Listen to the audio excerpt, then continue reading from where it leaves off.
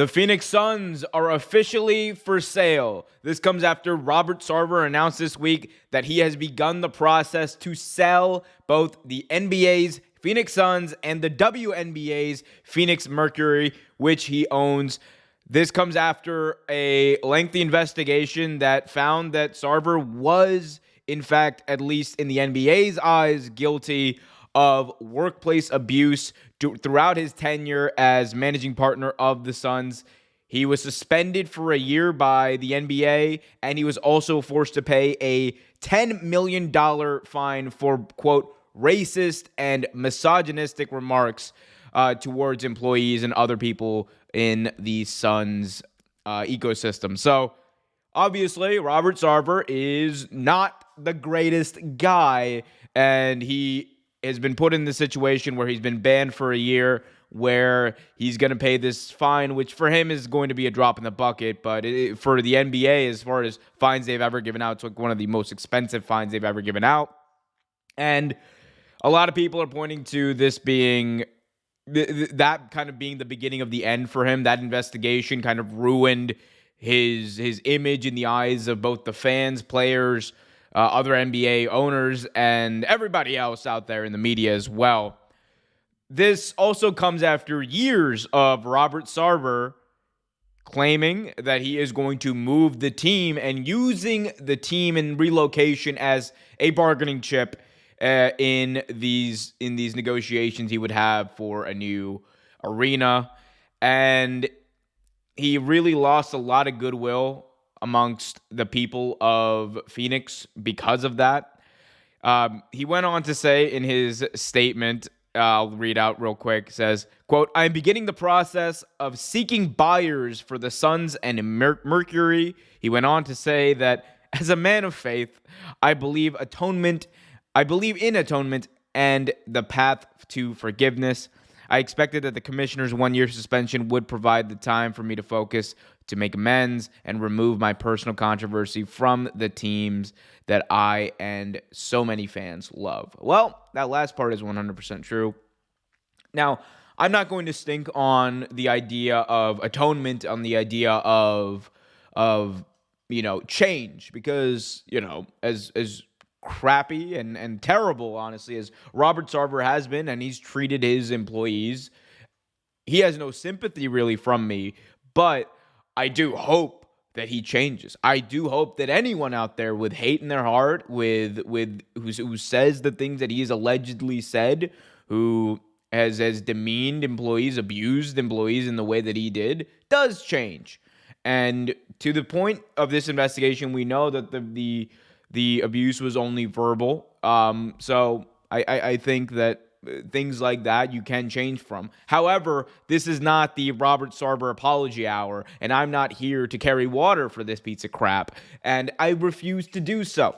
So Robert Sarver kind of, for me, we'll talk about what this means for the Suns, but Robert Sarver, for me, kind of just embodies everything wrong with the current structure of ownership in sports, because you are leaning on these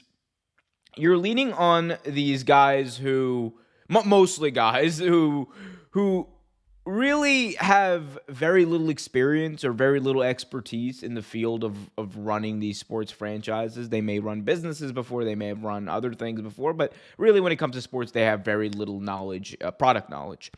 And on top of that, these people have put themselves usually in a position where they are the ones in charge and they are the outward-looking face, the image of the team.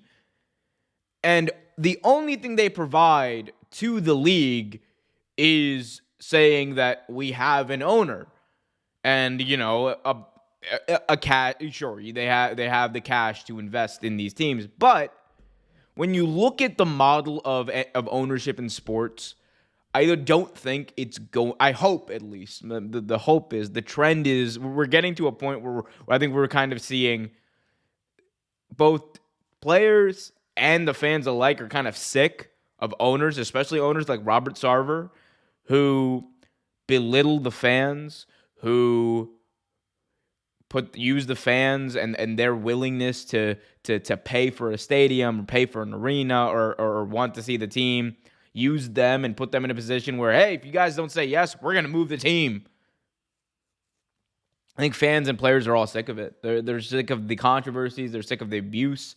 They're sick of people like Donald Sterling, who might go down as one of, if not the worst owner that we know of in pro sports. However, I mean, what was his name? The old owner of the Washington football team. Actually, any owner of the Washington football team, like over the past ever, has probably been up there as far as worst owners of all time as well. But I think we have to start a conversation at a certain point about publicly owned sports franchises, because the truth of the matter is the NFL, the NBA, the MLB, MLB, not the MLB, a lot of them can be self-sustaining.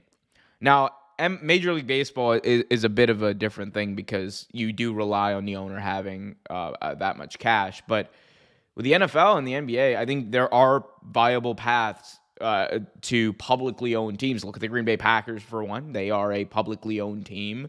They have a board, yes, but there's not that one owner who can say, well, we're moving the damn team.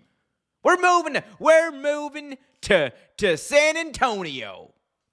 This is the San Antonio Suns. There's not that one guy. So, I mean, I think that it's a conversation that is going to happen more often. The more we hear about owners being bad people. But as far as the Suns go and the Mercury for that matter go, I mean, hard to imagine they're going to be in worse hands than they were before with Robert Sarver. And this is a team, and at least the Suns, that came off having the best season of any NBA team, the best regular season at least of any NBA team. They were the top seed in the Western Conference and the top seed overall in the NBA. So we'll see what happens. I mean, they're going to be sold, and they're probably going to be sold for a boatload of money.